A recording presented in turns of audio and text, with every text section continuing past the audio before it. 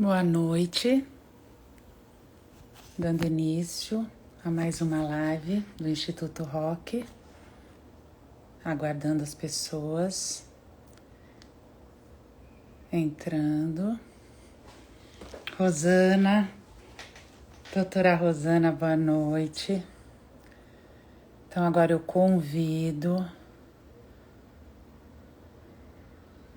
doutora Rosana.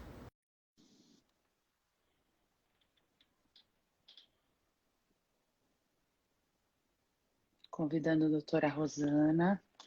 O Instituto Rock tem o prazer de mais uma live.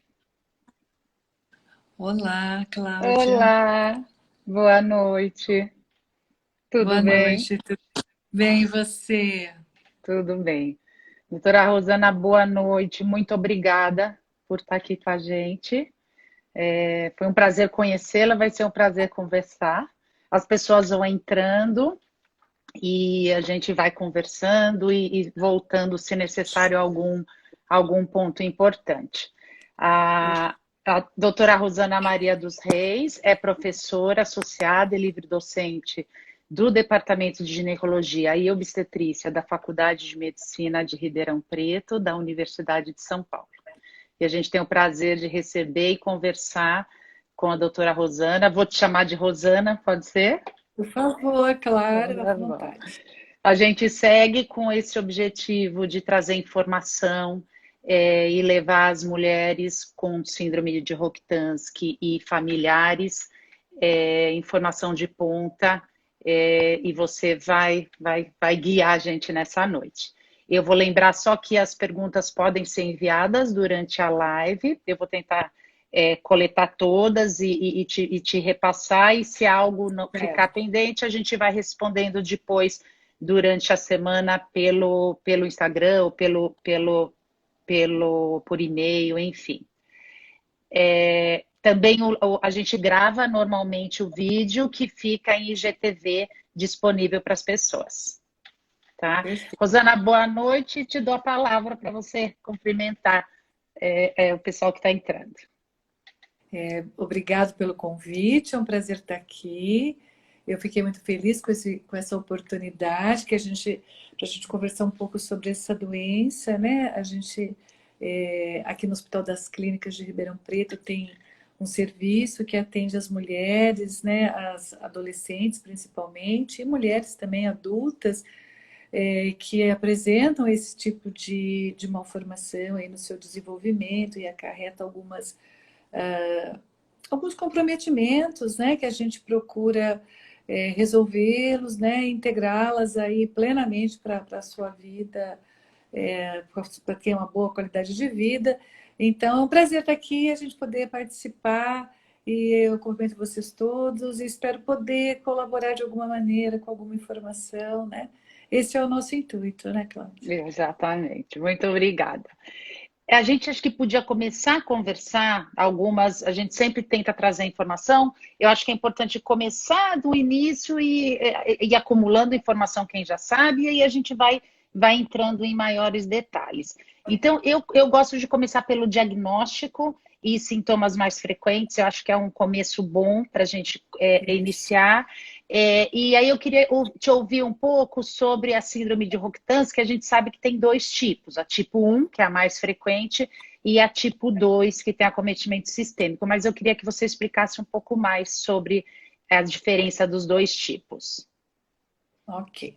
Então vamos lá. Então a síndrome de Rokitansky é assim interessante até o nome da síndrome, né?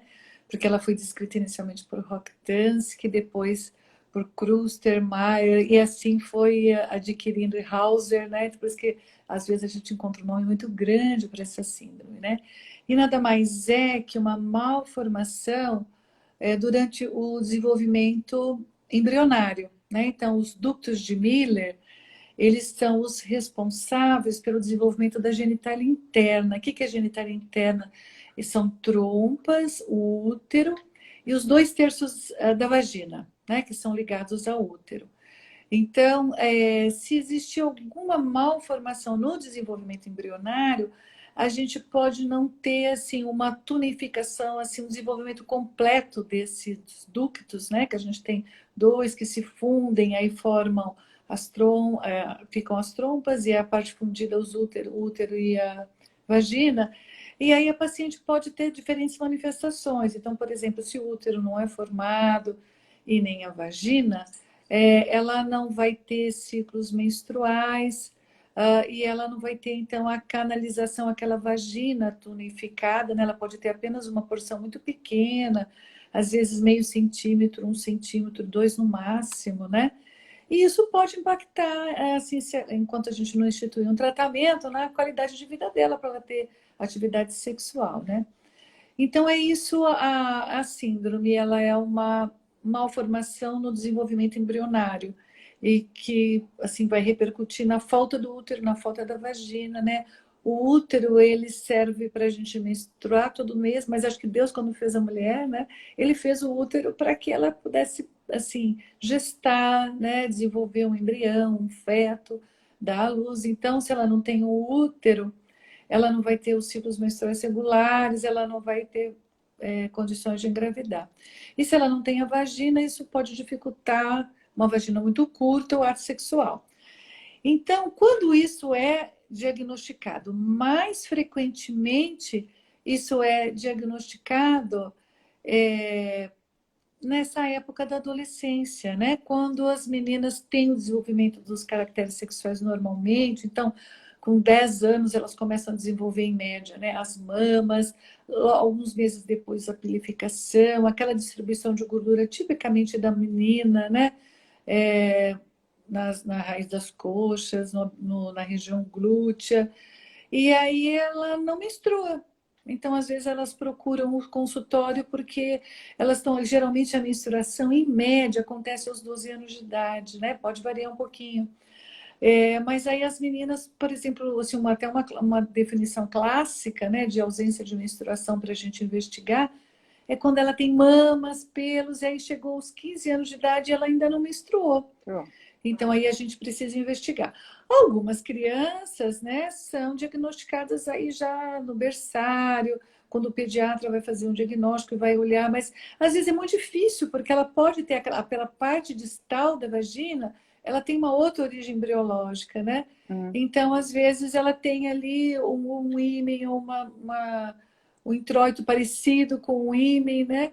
E o pediatra passa batido mesmo, né? Por E aí, fora, né? Externo, no exame por externo externo normal. pode ser normal, né? Pode estar mais assim liso, mas pode até ter um esboço, né?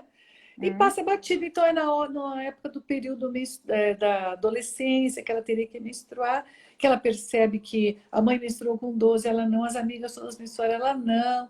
E fez um certo tempo, aí ela vai procurar e você diagnostica aquela vagina em fundo cego que a gente fala, né? Você põe uma reguinha ali, chama esterômetro, né? E tem 1 centímetro, ou tem meio, ou tem 2, né? Então, geralmente é assim, ausência de menstruação na época que deveria menstruar, que a gente faz o diagnóstico. Tá. E os exames, Rosana, o que mais é normalmente pedido para auxiliar no diagnóstico? Aí Além você do precisa. exame físico? Sim, o exame físico é fundamental, quer dizer, comentou, né, que você já percebe que a vagina está curta, mas podia ser só uma membrana, né? E não ser uma malformação do resto da vagina e do útero. Então, o exame, assim, vamos chamar padrão ouro, é um ultrassom, que é um exame de imagem, né? Que você vai observar a presença do útero e a presença da vagina, né? Então, você consegue ver isso muito bem, tanto no ultrassom normal, que é o bidimensional, como aquele outro mais complexo, que é o tridimensional. Então, você diagnostica muito bem. Nem tem necessidade de fazer aqueles exames assim mais sofisticados, tipo Como ressonância uma nuclear ressonância. combinar. Não precisa. O Tá. ultrassom assim, é suficiente, né?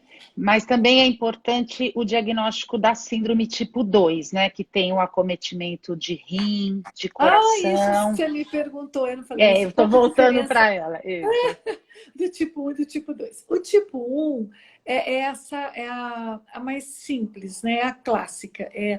Só o Miller está mal formado, né? Não desenvolveu direito. Então você não tem o útero, nada de útero, ou você tem o útero, assim, hipoplásico, pequeno, assim, como se fosse uma massinha ali, sabe? Ele não é funcionante, ele não tem todas aquelas camadas, ele não permite descamação da camadinha de dentro que dá a menstruação. Ele é um útero compacto e pequeno, ou ele é ausente. E ela não tem também esses 2/3 da vagina. Então, esse é o tipo 1 clássico, de uma incidência aí de 1 para cada 4.500 meninas nascidas, né? Então, assim, essa é a incidência. A tipo 2 é quando você tem outras malformações associadas a esse desenvolvimento inadequado do ducto de Miller. Então, você pode ter malformação renal. Renal, que até Renal, uma garota está dizendo aqui. Sim. isso, pode ter, por exemplo, Rim-ferradura, ausência, né? Que é o mais frequente, rim ferradura, que eu tenho. ausência de um rim, Tá. ausência de um rim, você só ter um, ou rim mal posicionado, eles podem estar posicionados lá na pelve, às vezes vai fazer um exame de imagem, acha que é uma massa, né? E vai ver o rim, tá? Então, se tem uma malformação milleriana, é assim, é o segundo passo, né, Cláudia? A gente tem que fazer uma avaliação do rim, né, para Sim. saber se não tem nenhuma malformação. Você pode ter. Importante lembrar, Rosana, que quando eu recebi o diagnóstico da minha malformação com o rim ferradura, eu fiquei super preocupada, minha família também. E eu vivo completamente normal e nunca tive nenhum problema. Então, lógico que é importante investigar, pode sim ter problema, a malformação, mas muitas vezes vivemos com essa alteração renal sem problema nenhum, né? Ah, sim. O único cuidado que a gente sempre fala, né, é que a paciente assim, tem que ser muito cuidadosa para não ter infecção de urina. Para todo mundo, Sim, né, gente? sim, Se você sim. tem infecção de urina de repetição, você não cuida, você pode acometer o rim, você perder uma função. Rim é um órgão vital, né? Então, Exatamente. assim, você está sempre atento, como todo mundo deveria estar. E você vive muito bem com o rim Com só, isso. né? Então, Na, essa é uma. Oi, as desculpa. outras formações, desculpe, que eu também vou te interrompendo de vez em quando. As outras malformações, para você nos Sim, aí você explicar, tem as vertebrais, né? Então você tem coluna. da coluna cervical, né? Da coluna torácica. Então, assim, então eles dão até nome de uma síndrome, né? Que é malformação uterina, agenesia renal e alterações da coluna, chama MURS, né? Então, assim, sempre que você tem, principalmente se você tem uma alteração, você tem uma malformação milleriana, assim, praticamente sempre você deve fazer um screening, né, uma investigação para ver como tá os rins. Isso é também, com exame de ultrassom você vê também isso muito bem. Então, Muito não bem, são né? exames invasivos, são exames assim muito adequados. E aí, claro, você também vai ter que fazer uma investigação de coluna, né? Então, Tá. aí você precisaria de um raio-x para você checar se não tem nada de cervical, né? Principalmente na coluna cervical e torácica, que são as malformações mais frequentes, né, Tá. Cláudia? E a cardíaca também é importante, né? Pesquisar a presença de forame oval e outras alterações cardíacas Também com é ecocardiograma. ecocardiograma. Aí você vai precisar do cardiologista, né? Você vai encaminhar para o cardiologista que você tem essa malformação milleriana, encontrou a malformação renal, malformação de coluna vertebral, né? Então, é também obrigatório você fazer essa investigação para que você fique ciente, que você tome todas as precauções e tenha uma qualidade de vida adequada, né? É muito raro a malformação cardíaca sem a malformação renal. Né? Então, a gente pode ir Sim, seguindo. Então, normalmente faz ultrassom do útero, da ausência uterina, e do rim. Se não tem nada do rim, não é tão importante, se possível, sim, mas não é tão obrigatório a pesquisa cardíaca. A gente pode pensar dessa maneira? pode, senão você vai ficar fazendo exames demais. A gente realmente não faz de rotina. Mas se Tá. você tem a renal, aí você faz um Não, screening, você investiga perfeito. todas, Tá. né? Porque são mais raras, mas você deve investigar para você até acompanhar a paciente melhor, né? Perfeito. Outra coisa que eu acho que é importante, e são perguntas que a gente vem recolhendo das mulheres, é que a mulher é biologicamente mulher. Nós somos 46XX. E muitas, tem outras síndromes e doenças que também não têm útero, mas o diagnóstico é outro. Então, também um importante diagnóstico diferencial, né, Rosana, com Tem, outras isso é síndromes. assim. o beabá, né? Assim, a gente sempre tem que começar por isso aí mesmo. Então, olha, a paciente só tem uma malformação do Miller, né? Ou ela tem o tipo 2 com essas outras malformações. Mas, assim, a origem embriológica do Miller, né, que dá a genitália interna, útero, trompa e vagina, é diferente do ovário, né? Então, o ovário que dá a produção de hormônios femininos, as características sexuais femininas, que tem a reserva de folículos para a mulher gestar, né, procriar, está tudo preservado, né? Só tem mesmo, é um problema, a gente fala canalicular, né? É o útero e a vagina. Do ponto de vista hormonal, do ponto de vista assim de reprodutivo, né? Ela tem uma capacidade normal. Claro que vai precisar de um útero, né? Para ela poder Sim. gestar. Mas ela tem assim, um potencial reprodutivo preservado em relação à capacidade e à reserva ovariana, né? Então, qual o diagnóstico diferencial que a gente sempre faz? É com uma síndrome chamada síndrome de Morris ou assim, insensibilidade à ação dos androgênios, né? Então é bem diferente. Nessa outra situação, assim, os indivíduos têm 46XY, então do Hum, ponto de vista genético é um homem, né? Do ponto de vista assim de gônada, né? É um homem porque tem testículo, a mulher tem ovário. Do ponto de vista de hormônio, produção hormonal, ele produz também, esse indivíduo produz, esse testículo produz testosterona normalmente. O problema é que a testosterona não tem, ela não encontra um receptor para tô, ela atuar. É como se o hormônio fosse vai uma se ligar. chave e os É, receptores as fechaduras, né? sim. Então não tem fechadura para essa chave, né? Então E ele não aí não consegue desenvolve. exercer. Mas esse testículo é tão normal que ele produz, como todos os homens, testículos dos homens normais, o hormônio antimileriano, porque os homens quando a gente nasce, a gente nasce com o Wolff, que é dos homens, e do Miller, das mulheres. Aí, quando a gônada se diferencia, né, porque é XX ou XY, e que se ela é XY, forma o testículo produz o antimilleriano, que vai lá e regride o Miller, né? Sim. Então, nesse indivíduo, então, ele tem uma regressão do Miller. Então, ele é igual a Rokitansky, ele não tem útero e não tem vagina, né? Só que ele não tem ovário, ele tem um testículo. Tá. E E muitas vezes incluso, né, dentro do abdômen, né? exato. Então, assim, você pode diagnosticar, às vezes, na infância, porque assim, o testículo ele tenta descer para a bolsa escrotal. Como não tem bolsa escrotal, ele para na parede, no canal inguinal. Então, às vezes, você vê uma hernia inguinal. E uma dica é essa, né? Hernia inguinal é muito mais frequente em meninos do que em meninas, né? Meninas. Então, Tá. sempre que você tem uma hernia inguinal em menina, você, né, tem que pensar nessa É. possibilidade, né? É um diagnóstico raro, diferencial, mas é importante até para os colegas médicos, né, saberem que é importante Sim. pedir, se possível, o cariótipo para confirmar 46XX. Só Exato. voltando um pouquinho, tem uma pergunta aqui de uma pessoa dizendo que tem um lado discretamente menor do que o outro, mão, pé, braço, orelha. Eu nunca li nada a respeito. Eu já vi relatos de alterações de dedo, até eu tenho na minha família alterações de dedo, algumas alterações não só de coluna, mas essa diferença de um lado para o outro eu nunca li nada na literatura. Você tem alguma É, informação? também não, mas eu vou pesquisar que já já te respondo. Seriam as malformações menores, né? Porque não é uma parte Talvez de alguma tanto, né? assimetria de tamanho, mas é uma coisa para se para se preocupar, né? Sim. Voltando a uma pergunta aqui que entrou no começo da nossa conversa, e ligando com uma pergunta que eu ia te fazer, a pergunta que veio de quem nos assiste se faz mal não menstruar.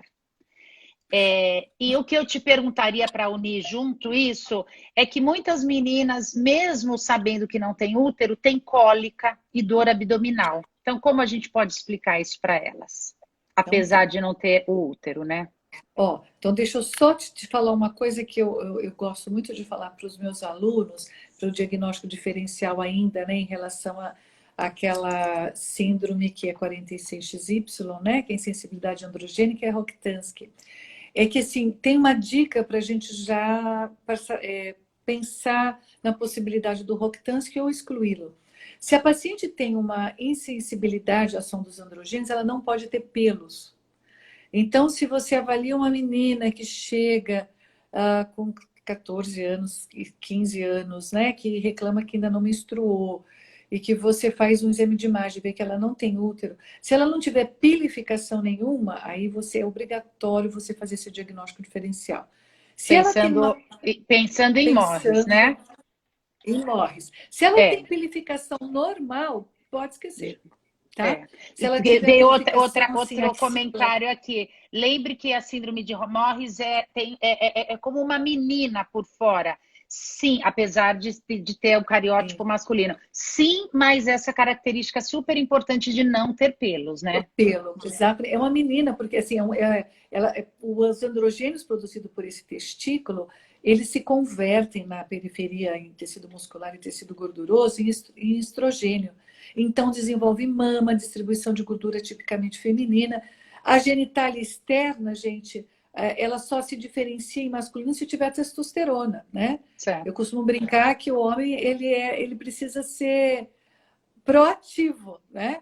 Que o sexo, como fala, forte é a mulher, nós já nascemos, está pronta para ser mulher, né? E aí começa a brigar comigo. Mas é mais ou menos isso. Então, se ela não tem androgênio, a genitália externa é tipicamente feminina, os androgênios se convertem em estrogênio e ela desenvolve mama e tecido gorduroso. Então, é uma menina. E só que ela tem lá um testículo que funciona mal, né? É um testículo falido, vamos chamar assim, né? Porque além de ele produzir hormônio que ele não atua, não tem receptor, ele também, as células germinativas, os espermatozoides, naquele ambiente lá intraabdominal, também as células germinativas ficam danificadas, né? Então não tem nem espermatozoide de boa qualidade, tá? Então, assim, uma dica é essa, e outra dica, antes de fazer um cariótipo, porque ele sempre é uma tecicultura de celular, demora 30 dias para ser um cariótipo, é você dosar os androgênios. As mulheres têm um nível de androgênio muito mais baixo, dos homens de testosterona abaixo. Mais ótimo. alto. Então, Ótima sem dica. pelo, você fica assim. Então, eu falo muito, olha, se você está num local que não é fácil, que não genético, tem você já vai se preparando para isso, né? E aí tem uma diferença também, gente. A mulher, você só tem que... Se você tiver que consertar alguma coisa, é fazer a canalização da vagina. E no Morris, né, na insensibilidade androgênica, depois que diferenciou já os caracteres sexuais secundários, passou a puberdade, é interessante você tirar essa gônada, porque ela tem um potencial de malignização. E aí você faz a substituição com o hormônio estrogênio, né? Uma reposição hormonal, como a gente faz em outras situações. Entrou uma pergunta aqui, Rosana, sobre: é possível ter testículos inclusos e ovários também? Aí é outra doença, não é Morris, é possível. Mas aí é uma DDS. E essa pessoa fala que fez uma hérnia, fez uma cirurgia de hérnia inguinal pequena. Mas lembrando que as mulheres também podem ter hérnia inguinal, né? Não podem, mas eu só quis dizer que é muito mais frequente a inguinal em menino que menina, tá? Então, às vezes é diagnosticada na infância porque tem uma hérnia inguinal, quando o cirurgião vai fazer a rafia, ele se depara com uma glândula, né? E às vezes saca o testículo, né? Ou então ele vê o testículo. Voltando para as dores. Das dores de cólica, da dor abdominal, exato. E da tensão pré-menstrual, que você perguntou, e né? depois da tensão pré-menstrual. E uma pergunta que veio, que se é alguma coisa negativa não menstruar. Ah, tá. Não, gente, menstruação não tem nada de negativo. Menstruação é ótimo não menstruar, né? Que engraçado, sabe? Assim, quando eu comecei, eu já sou formada há 30 anos, no começo, as mulheres assim faziam questão de menstruar, mesmo pós-menopausa. Hoje nem as adolescentes querem menstruar mais.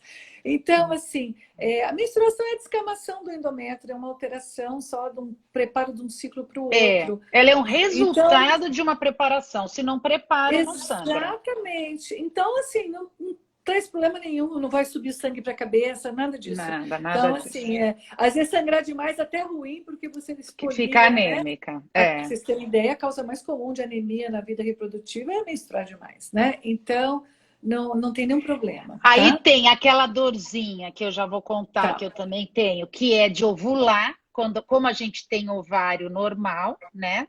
A gente ovula e cai aquele líquidozinho dentro da barriga no peritônio, então dá Isso. aquela dorzinha que fala, ai, ovulei, É a dor da né? ovulação, É né? a dor que a gente tem, lembrando que todas têm TPM, tem ovário, Tem. Porque fica biologicamente somos mulheres, então Exato. podemos ficar chatas, inchadas, com dor de Sim. cabeça, A tudo aquilo que TPM, exatamente. A TPM é idêntica, né, gente? Porque a TPM é isso aí, é um desequilíbrio da produção de estrogênio e progesterona e dá esses sintomas, principalmente no sistema nervoso psíquicos, né? Mas pode dar também retenção hídrica, dor na mama, né? Então, assim, TPM igualzinho. A dor é mais a dor da ovulação, a gente chama, né, dor do meio também, né? Que ela tem duas explicações. Ou o folículo cresce muito, distende a cápsula e dá uma dorzinha, ou então quando ele rompe, esse líquido cai no peritônio e irrita o peritônio. Então aí sim, a dor às vezes é até mais importante. Tem paciente que sente frequentemente a dor da ovulação. E tem paciente que nunca percebeu a dor da tá. ovulação, né? Te diria até que não é muito frequente sentir a dor da ovulação, né? A maior parte das mulheres nem sentem. Então, assim, mas não é aquela cólica menstrual da mulher que tem útero, que aí tem a ver com a contração da musculatura uterina, né? Com prostaglandina, que dá uma reação inflamatória. Não, a dor é mais essa dor cíclica também, só que não é coincidente com o período menstrual, e sim com o período da ovulação, né? Tá. Então, o anti-inflamatório, né, assim, nesse dia dessa dor pontual, ele vai muito bem, né?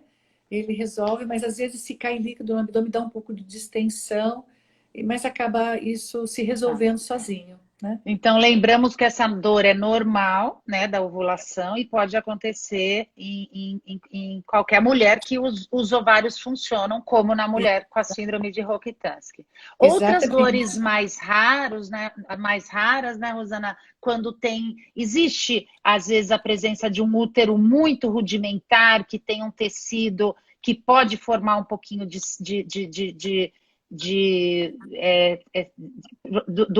do endométrio e aí tentar sangrar um Pode. pouquinho, né? Isso é importante, né?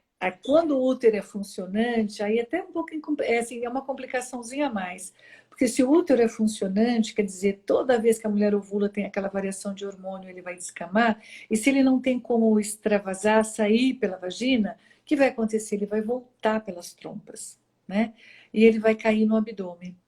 Então, malformação mileriana, né, quando tem útero funcionante, é até uma causa de endometriose, né? Aquela doença que É. dá muita cólica menstrual. Mas geralmente é o útero funcionante. Se ele tem alguma, sabe assim, ele de alguma maneira se tonificou, tem alguma porção de endométrio, né, que é a camada de dentro do útero, que sofre a ação desses hormônios e aí ela sangra e o sangue reflui para a cavidade abdominal. Então, quando Tá. cai o sangue no peritônio, isso dói muito, né? É. E pode, e se for muito pouquinho, pode não doer, mas ele vai levar um implante desse endométrio e aí forma outra doença que é a endometriose, né? Endometriose. Mesmo com o útero hipofuncionante, né? Que não poderia gerar uma criança, mas pode causar Mas esse pode problema. causar esse problema, Tem tá? uma pergunta aqui sobre a menopausa na mulher com a síndrome de Rokitansky, como a gente já disse, Normal. como temos TPM, depois teremos a menopausa, a data da última menstruação e acabaram nossos óvulos, né? Normalmente, como qualquer Sim. mulher, né? O E problema é pode só ter no útero. útero. E ela vai ter a síndrome do climatério igual toda mulher. Tem mulher que tem muito sintoma quando para de produzir estrogênio, onda de calor, irritabilidade, instabilidade, né? E outras não sentem nada, né? Então ela tem a síndrome do climatério ou não, igual a qualquer mulher. Tá. Que Entrou uma biologicamente é pergunta normal. aqui da Márcia perguntando sobre a bexiga, a posição da bexiga, que às vezes, pela má formação da região, tem um posicionamento diferente da bexiga e podendo ter infecção urinária recorrente. e escape de urina. Isso é comum? Não é comum, não é comum. Mas assim, porque muda um pouco a anatomia. Geralmente a bexiga está no local normal, né? Porque ela tem a origem dela. Mas se ela tiver uma malformação renal, por exemplo, um rim pélvico, às vezes ela pode ter, por exemplo, um cálculo, uma dor mais Hum, baixa, não típica daquela dor mais alta, né, que se irradia. Mas assim, não é comum ela ter infecção urinária por causa da malformação, tá? certo. Então, assim, infecção urinária a gente tem que cuidar sempre, né? Descobrir a causa, se tem algum refluxo. Porque, assim, mulher também tem mais infecção urinária que homem, porque a mulher tem Sim, uma uretra muito curtinha, né? Diferentemente sim. do homem. Então, assim, é mais comum mulheres terem infecção urinária que homem. Então, a gente tem que ter muito cuidado de saber se não tem alguma vulvovaginite ali, né? Alguma alteração de pele de vulva que está contaminando essa uretra, se tem algum refluxo de Tá. urina, está tendo É. urina residual. Entrou uma outra pergunta aqui interessante, que é se na síndrome de Rokitansky pode ter gravidez embrionária, acho que ela quis dizer gravidez tubária, né? Acho que ela quis dizer. É, não, Não porque não tem. tem a comunicação, o É, espermatozoide não consegue chegar lá, né? Para fazer uma exatamente. gravidez tubária. Tá. Eu acho que a gente passou bem por isso. Em relação eu queria que você me corrigisse se eu estiver errado, mas em relação às infecções urinárias, eu acho que é muito importante, como mulher mesmo, com síndrome de Rokitansky ou sem, quando a gente está muito tensa, muito estressada, numa fase difícil, não tomando água adequado, não urinando corretamente, as infecções urinárias aumentam, né, para qualquer mulher. E eu acho que o momento da dilatação para a mulher, ou do tratamento, ou do diagnóstico, é um momento difícil.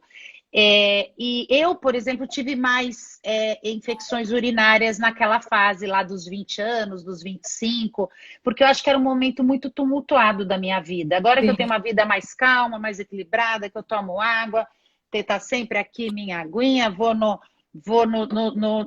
banheiro com regularidade. Eu tenho, porque como eu tenho o rim em ferradura, eu sempre tive que ter esse cuidado. Nunca tive sim, problema nenhum. Mas acho que a mulher tem que olhar como um todo, né, Rosana, para a sim. saúde, né? Exatamente. É isso que você falou, ingesta de líquido, às vezes não ingere líquido direito, ou não fazem assim um funcionamento adequado daquela bexiga, né? E também, assim, acho que uma coisa ou outra que você comentou na época do diagnóstico, além do estresse, quando tem que se manipular, né, para fazer o É, tratamento, né? é. Tem isso também, às vezes, ela dá um edema, né, uma inflamação naquela região, se é muito próximo. E aí pode até ter uma ascensão de bactéria e ter uma infecção de urina. Então a gente tem que tomar Tá.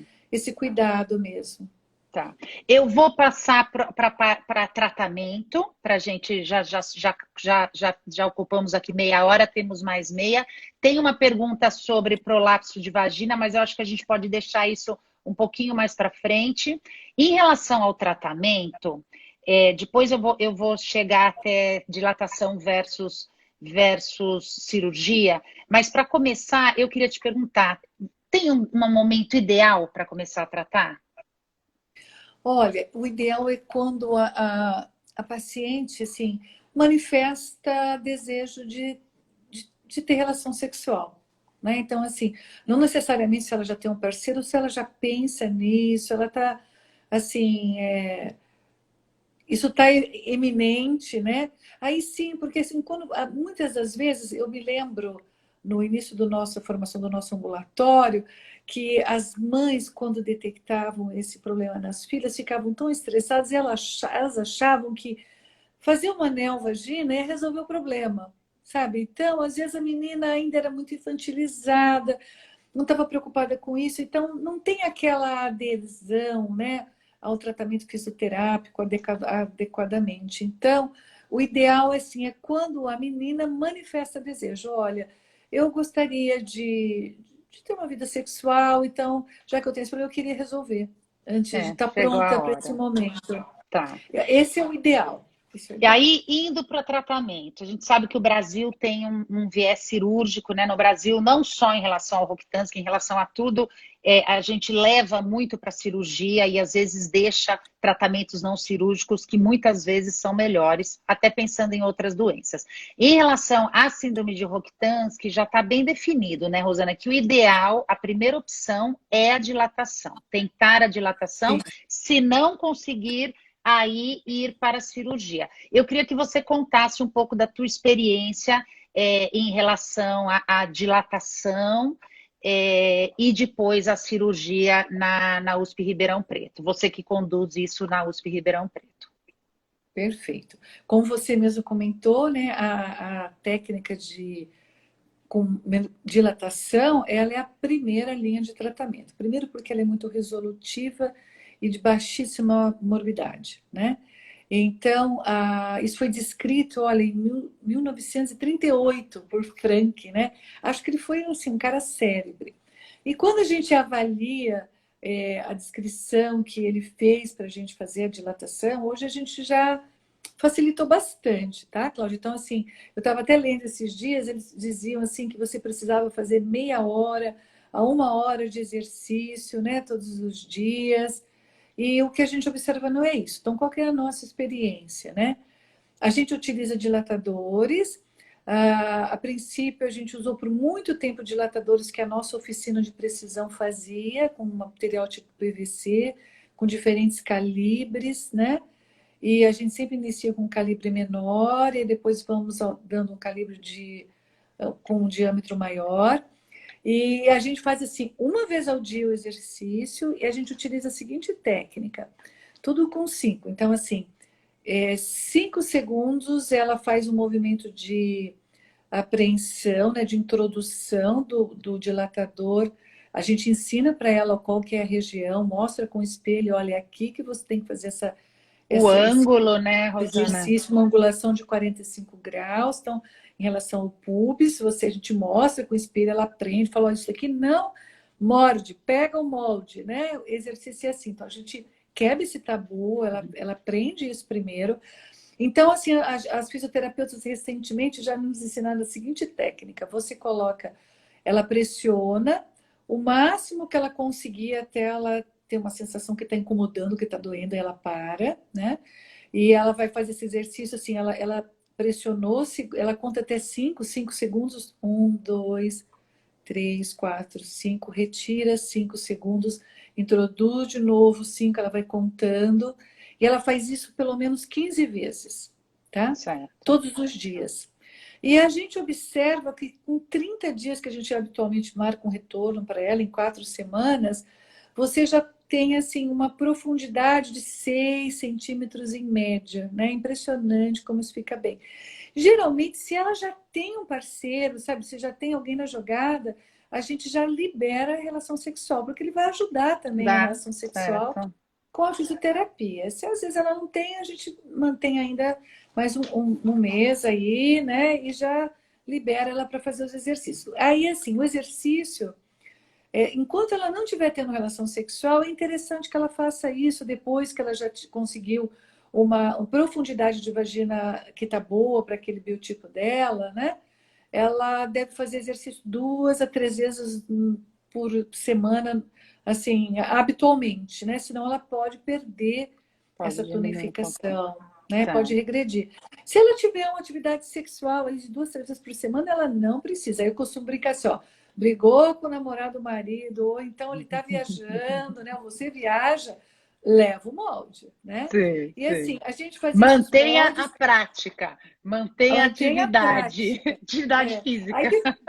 depois disso, a gente teve uma época que a gente comprou aí em São Paulo, eu achei na internet, a gente comprava uns que é assim, impressionante como teve aceitação das mães, porque as mães, quando você fala no exercício, né, com aquele de PVC, elas achavam assim, parecia que era um instrumento, né?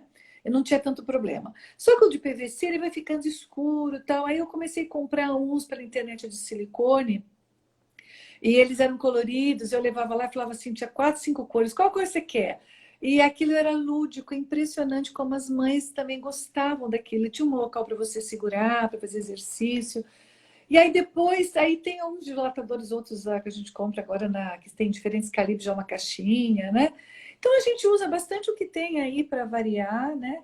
E as pacientes aceitam bem. O Bom, que a gente percebe é que os dilatadores, os comerciais que são feitos mais para vaginismo, os pequenos são muito molinhos, né, Rosana? Então eles não eu até conseguem dispenso. começar. Não, é. Depois que é feito ao início da introdução, aí os maiores funcionam melhor porque eles são mais rígidos, e aí são coloridos, tem essa coisa lúdica toda, né? Exatamente.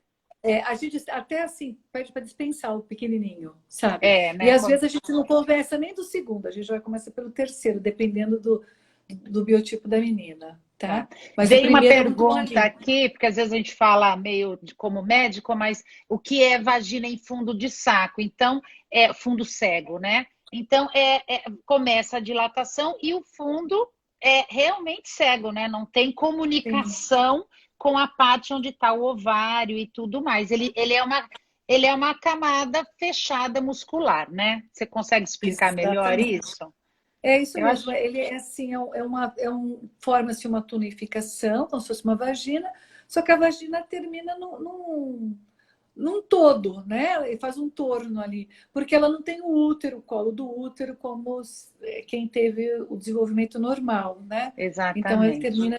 Então, quando você faz um toque vaginal numa mulher que tem útero, você palpa o colo. Quando você faz um toque vaginal numa mulher que não tem útero, ele é lisinho lá no fundo, né? Ele Sim. termina assim como você comentou mesmo, né? Um fundo de saco, a gente usa essa denominação, né? E lembrando que a dilatação bem feita, bem orientada, o sucesso é muito grande, sem complicações, né, Rosana? Sem Enquanto as complicações. cirurgias, por mais a gente tem boas histórias de cirurgia, que bom, a gente fica muito feliz, mas também tem histórias com complicação. E aí queria ouvir a tua experiência sobre a cirurgia, complicações e quando é feita a cirurgia, qual a cirurgia que você e o seu grupo têm mais é, é, facilidade, o que mais apoiam? Ó, e só queria falar uma coisa em relação ainda à técnica de Frank. A gente tem que estar seguro que a paciente entendeu onde ela tem que colocar Ah, o isso é molde para fazer a importantíssimo. dilatação, tá, gente? Isso é Porque às vezes importantíssimo. não tem não tem aquele desenho do introito Bem vaginal, lembrado, mas sim. você sempre percebe o ponto, né, que é mais fraco, assim, que vai fazer a profundidade naquela localização ali anatômica. Então, por isso é fundamental vocês Fundamental. iniciar isso para paciente. Às vezes, a gente já teve um caso uma vez, eu vou contar porque é uma coisa ruim, a gente tem que aprender com os erros, que eu não sei se ela não entendeu direito, se a gente não explicou direito, eu não sei. Mas quando ela voltou, coitada, ela tinha feito a dilatação da uretra. A Da uretra dela estava uretra. super dilatada. E Então a gente tem que perde o falar, não é esfíncter, nesse buraquinho. Esse aonde faz aqui é do xixi, xixi. e aí vai ter grandes É, problemas. exatamente. Então a gente ficou assim, muito assim com isso. Bom, isso é importante, mas sucesso é maravilhoso. Agora E o sim, ângulo também, né? Outra coisa que é importante para se tiver colegas nos assistindo, ginecologistas, e que cheguem, o ângulo é muito importante para não fazer aquela fragilidade entre a exato. vagina e o reto, né? Isso é muito importante. Isso é muito importante. Por isso, às vezes, até marca um retorno mais precoce, sabe? Para você ver como está indo, como se a paciente está no local correto, né? Talvez não dar um retorno de um mês, né? Num consultório, fazer um retorno mais curto para você detectar o exercício correto. Bom, a indicação Tem aqui, cirúrgica hoje, né? já vou te interromper só um pouquinho. Tem Fala! gente falando aqui sobre os moldes de acrílico, sim, tem alguns de acrílico. Eu usei um de acrílico, era ótimo, transparente, super interessante. Tem outros comentários sobre o tempo, algumas pessoas conquistando o tamanho bem ideal, bem razoável com 4 meses. Então, assim, realmente a dilatação, a gente tem que colocar luz na dilatação, a dilatação tem que ser difundida. É um projeto do Instituto Rock enviar os dilatadores para os colegas que às vezes, né, conhecem a técnica, mas não tem como adquirir o Isso. dilatador. Então, nós estamos com essa parceria com a Unifesp, que tem uma impressora 3D, e a gente vai enviar para os colegas ginecologistas. A pessoa não pode ter um dilatador sem ter um médico indicando, né? Orientando. Sim, Isso é muito importante, né?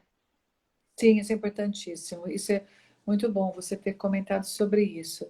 Em relação à indicação cirúrgica, ela tem indicação bem precisa, gente. Quando ela é interessante, quando você tem aquele útero funcionante que a gente comentou, mas não é só o útero funcionante, tem o útero funcionante, ele tem colo uterino e tem uma porção de vagina, tá? Uma porção pequena.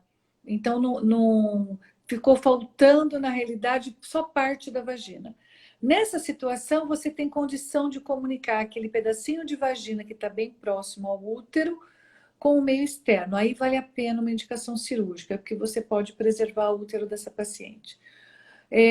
Outras indicações são quando a paciente não consegue utilizar o molde, mas isso eu acho que assim, é quando a gente falha como médico que não É, consegue estimular adequadamente, entendeu? Porque tem pessoas, gente, que não gosta de se manipular, mas aí é a gente conversar sobre isso, dela se conhecer, que isso não tem nenhum problema, sabe? E das vantagens que tem isso, que de repente ela para por um período, e se ela faz uma neovagina cirúrgica, e ela está sem atividade sexual depois que ela já estava tendo, ela vai ter que usar molde, senão ela vai perder a cirurgia, né? Então, e se ela perde a cirurgia, você tem que fazer cirurgia de novo, a segunda intervenção é mais difícil, porque você tem aderências, tem mais riscos de complicações, que a gente vai falar já já quais são. Então, assim, a gente... E também cirurgia tem que ser feita só quando precisa mesmo e com essas indicações precisas. Outras, a gente tem feito mais nos últimos anos cirurgia de neovagina para esse caso especial de malformação, quando você ainda consegue recuperar um útero, ou então naquelas situações que a paciente fez quimioterapia, por exemplo, radioterapia, e desenvolve aquela doença do enxerto contra o hospedeiro, né? Assim, e essa são região de outros casos. vagina é muito assim, a paciente começa a ter aderência, sabe? Assim, começa a ter aderência que seria grudar uma parede da vagina na outra. E É. aí ela vai encurtando a vagina, ela não consegue ter relação sexual, fica muito doloroso. E- Então, Em nessas outros situações, casos, não na síndrome de Rokitansky, né? E não na por síndrome de outros Rokitansky. motivos. Então, olha, nos últimos anos a gente não tem feito Rokitansky. Nessa outro tipo de malformação, que tem assim, só Isso falta o drenar. mudou, né, Rosana? No passado era muito feito cirurgia, e aí a dilatação foi sendo conhecida, foi sendo trabalhada da melhor maneira possível, e hoje é um consenso, né? Exatamente. Eu confesso para você que lá atrás, no início da minha formação, eu fiz muita neovagina. Né? Mas depois foi se vendo que a dilatação resolvia bem. E olha, faz uns 10 anos que a neovagina ou mais que a gente só faz nessas outras situações que não são Rokitansky, né? E inclusive isso é um prognóstico muito ruim, porque o tecido está muito danificado, tudo que você faz, ele acaba fechando de novo, É. sabe? E você acaba mantendo com o dilatador. Sim. Antes de ir para a maternidade, que eu quero muito chegar na maternidade, no lindo trabalho que vocês têm com fertilização in vitro, eu queria que você passasse rapidinho pelas complicações cirúrgicas. Tá. Ó, as complicações cirúrgicas, a gente faz primeiro a técnica de Marquinhos, que é a clássica, que você Tá? faz um túnel. No início, né, antes de mim ainda, a gente usava aquela pele, né, que o plástico fazia com um retalho de pele, aí a gente envolvia o molde e inseria como um enxerto, né, na vagina. Eu já peguei assim, essa fase final. A gente usou por um tempo membrana amniótica, porque a membrana amniótica de mulheres que não tinham infecção, testadas sorologias e todas, ela é um indutor de epitelização. Então, aquele túnel que você fez com o molde lá dentro, recoberto com a membrana amniótica diferencia aquele tecido em mucosa vaginal. Sim. Ficava interessantíssimo. Só que depois chegou a AIDS, aí a gente foi ficando preocupada, aí nós desenvolvemos com molde de látex. Foi uma técnica de um professor aqui da faculdade. Felizmente ele não patenteou, ele patenteou a membrana, né, de látex. E a gente usou, era maravilhoso, porque você fazia um molde maleável, o pós-operatório era limpo, sabe? Assim, era muito bom. Aí depois o professor faleceu, a fábrica que fornecer látex, mas agora nós estamos começando de novo com uma impressora 3D, com o pessoal da dermatologia, a professora que está nos ajudando, a gente vai estar fazendo um molde e nós vamos voltar a fazer essa neovagina para aqueles casos que não são Rokitansky. Rokitansky. Nós vamos voltar a fazer neovagina com a membrana, com molde de látex, que também é um indutor de mucosa, então aquele tecido cruento, ele se diferencia numa mucosa, muito interessante e bem seguro. Então é isso que a técnica que a gente tem feito. Qual que é a complicação? Você tem que fazer um túnel entre duas estruturas nobres. Na frente da vagina, você tem a uretra, né? Que é o caninho que vem lá da bexiga para sair ali na vulva. E abaixo da vagina, do canal vaginal ali, você tem o reto, né? Onde vai sair todo o intestino ali. Então, você tem que fazer a arte da neovagina cirúrgica, é você fazer um túnel entre essas duas estruturas nobres sem lesá-las. Então, qual é a maior complicação? É você fazer uma perfuração ou de bexiga, ou perfuração da uretra, ou perfuração do reto, né? Aí você tem que parar a cirurgia, esperar isso cicatrizar e fazer isso no segundo tempo. O da bexiga, da uretra, ainda é mais fácil, que você pode cateterizar, né? Mas o do reto é mais complicado, tá? Então, Tá. essas são as duas principais. E depois, infecção de urina, né? Assim, no pós-operatório, por causa fica inflamado, edemaciado, né? Tá. O tempo Pós-operatório da voa, nós temos 9 minutos. então Eu vamos para o ainda outro. quero ir para a maternidade e sexualidade, mas tem uma pergunta que já entrou 2, 3 vezes, eu acho que eu tenho que te passar, é sobre prolapso da vagina, que às vezes, por essa fragilidade, existe um prolapso vaginal. É, eu posso passar até o meu caso, eu era uma corredora de maratona e treinando muito para correr, eu tive um prolapso e tive que fazer uma cirurgia como um períneo, como uma cirurgia de uma perinoplastia. Isso existe, a gente sabe que existe, não sei quanto é a frequência, aconteceu comigo, então deve acontecer com uma pequena frequência, mas deve. Qual é a tua experiência em prolapso vaginal e síndrome de Rokitansky? Muito pequena. Muito Não pequena. não é muito frequente. Mas quem segura a vagina, gente, é realmente os ligamentos do útero, né? São os ligamentos que juntam, que grudam, seguram o útero, segura a vagina. Quando você tira um útero numa cirurgia, assim, por outra causa, e você deixa a vagina, você tem que pegar o fundo dessa vagina, que vai ficar uma vagina em fundo cego, né? E você tem que fixar nesses ligamentos do útero que estão ali ligados anatomicamente a outros ligamentos ali. Então, se você fez uma vagina, né? E isso pode acontecer, sim, porque você não tem essa sustentação. Aí o Certo. que acontece é você fixar. Você vai lá e faz uma Eu fico. fixação, E né? talvez tenham desencadeados, o fator desencadeante seja o mesmo das outras pessoas, né? Quem é maratonista, quem corre, muitas vezes Sim, tem prolapso também, sim. né? Então, Com acho maior que força, exatamente, força intra-abdominal, às vezes um pouco da exatamente, textura da estrutura do colágeno, né? Tem a ver com exatamente. isso. Mas não é Queria frequente, não. Não é frequente, ótimo. Queria passar para a maternidade, que a gente tem 7 minutos. Tá. Eu acho importante a gente falar que bom que hoje não é, que bom é ótimo, mas a mulher não é obrigada a ter filho, né? Como nós tínhamos uma pressão da sociedade a ter filho, então hoje ter filhos é uma opção de cada mulher, com Rokitansky ou sem Rokitansky, e aí com a mulher com Rokitansky, não tendo útero, a gente vai para adoção e para a barriga solidária e fertilização in vitro. E eu fiquei super feliz de saber que em seu serviço tem a fertilização in vitro para as pessoas da região pelo Sistema Único de Saúde. Eu queria que você falasse um pouco sobre isso.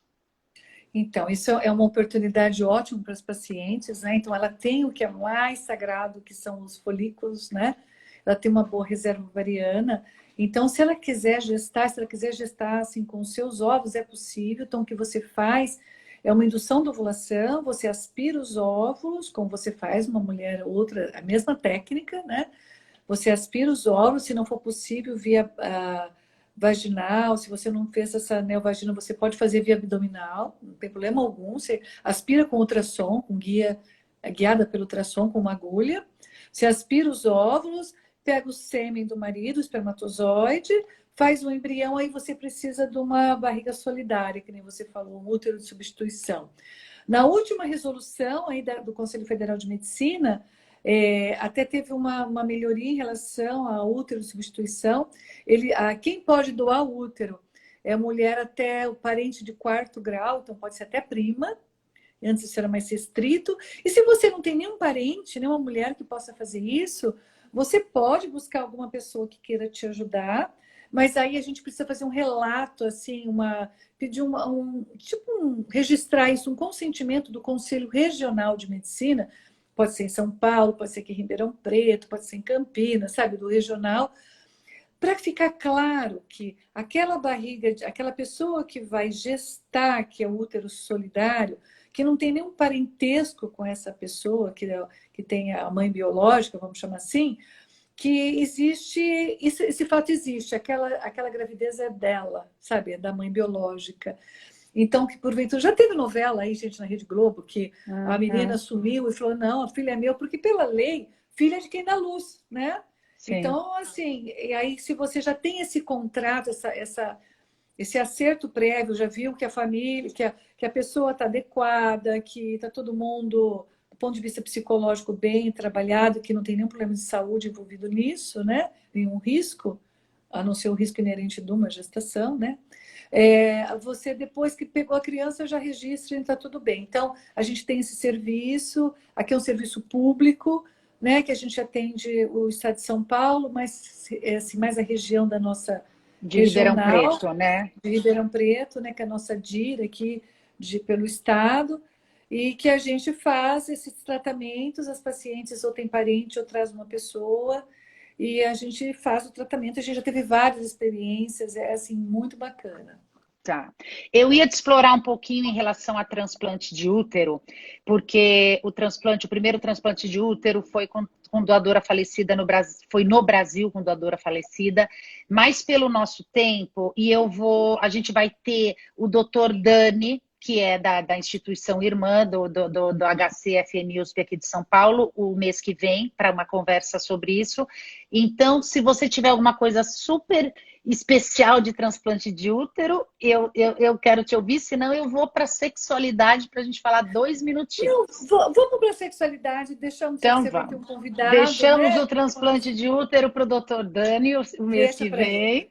E sexualidade, eu acho que é tão importante a maneira que como o ginecologista pode ajudar tanto na consulta como nas orientações. Qual seria a sua sugestão nesse sentido para os profissionais da área da saúde? Então vamos lá. Eu até estava conversando hoje com uma sexóloga do nosso serviço em relação a isso, né? Então, assim, sexualidade, assim, às vezes a gente usa essa terminologia assim, de uma maneira um pouco inadequada. Sexualidade é a nossa maneira de ser, né? Da gente se vestir, de gostar de batom, né? Da gente se relacionar com as pessoas. Então, assim, eu acho que a gente teria que passar uma orientação E do ponto de vista biológico, é uma mulher, ela tem a sexualidade dela, né, natural. É mais em relação à função sexual, ao ato sexual, né? Eu acho que era mais isso que você gostaria que eu comentasse, né? Sim. Em relação mesmo à função sexual. Então, a função sexual ela tem a parte biológica e aquela parte psíquica, né?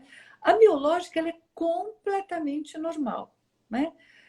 Porque assim, o órgão principal do estímulo, né, do orgasmo, da satisfação sexual, da relação sexual, é o clitóris, que ela tem normalmente, ela não tem nenhum problema. Ela só não tem uma tonificação da vagina, né? Que você vai, com esses tratamentos, com a fisioterapia, com os dilatadores, você vai fazer essa tonificação. Então, a única coisa que pode estar, assim, trazer algum prejuízo para as mulheres que têm a síndrome de Rokitansky é se ela tiver, assim, o fato dela não estar com essa vagina tonificada, isso de alguma maneira atrapalhar essa autoimagem dela, a autoestima Cuidar do nosso dela. psicológico, né? Que é importantíssimo, né? É o psicológico, porque do biológico não tem nenhum problema. Ela é uma mulher normal, ela tem um clitóris normal. E assim, quando ela fizer a tonificação, então ela vai ter até a penetração que vai estimular o clitóris, né? Aí Então, é uma lembramos mulher dessa normal. importância e que o Instituto Rock tem grupos de apoio psicológico para oferecer esse trabalho. Infelizmente, 8 horas, Que vamos pena! cair. Foi maravilhoso falar com você, Rosana. Voou o Voou. tempo. Muito obrigada, foi uma experiência ótima. Obrigada. Vamos repetir, com certeza, ano que Vamos. vem, trazer mais Aí conversas.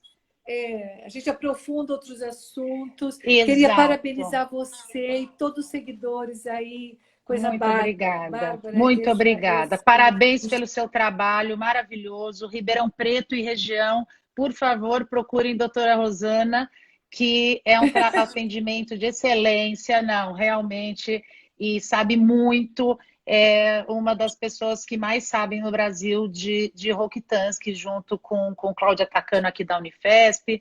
Então, parabéns a essa mulher Obrigada. e médica maravilhosa.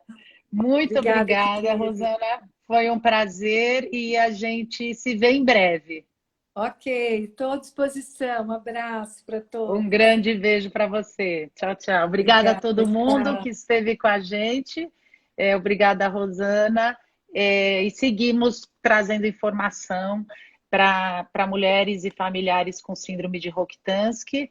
O Instagram deu uns minutinhos a mais aqui para a gente. A conversa foi excelente e esperamos sugestões e colaborar o máximo possível. Vamos cuidar da cabeça e vamos cuidar do corpo.